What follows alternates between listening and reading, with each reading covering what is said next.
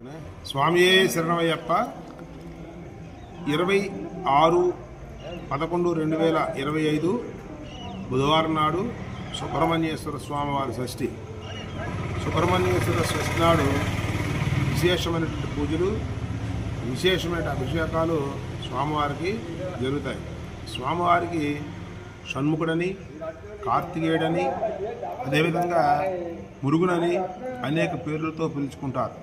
సుబ్రహ్మణ్యేశ్వర స్వామివారిని తమిళనాడులో చాలా విశేషమైన పూజలతో అతని యొక్క క్షేత్రం పేరు పళని.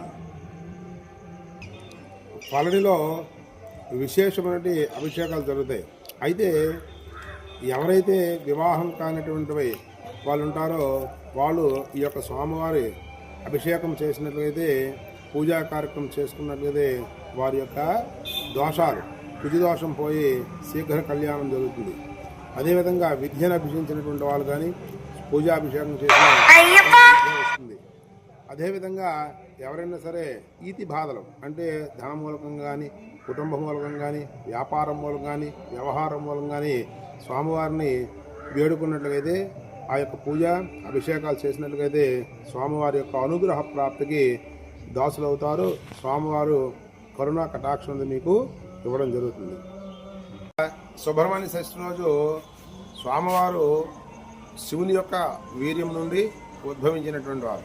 అయితే శివుని వీర్యము గంగలో పడడం వల్ల అది చాలా తీవ్రం, అంటే ఆవిడ తట్టుకోలేక రెల్లి పొదలో విడిచిపెట్టింది.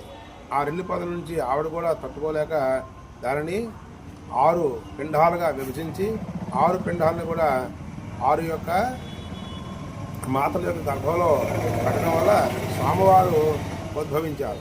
అంటే దానిని షణ్ముఖుడు, 6 ముఖులతో పుట్టినటువంటి వాడిని ప్రతిదీ. అంతేకాకుండా స్వామివారు తారకాసురుని వధించారు, అందుకు భూలోకంలో ఉద్భవించడం జరిగింది. కాబట్టి స్వామివారు తారకాసురుని వధించారు. అతనికి 2 భార్యలు శ్రీవల్లి, దేవసేనతో వివాహం జరిగింది. అయితే స్వామివారికి పాలాభిషేకం అంటే చాలా ఇష్టం, పాలు కానీ.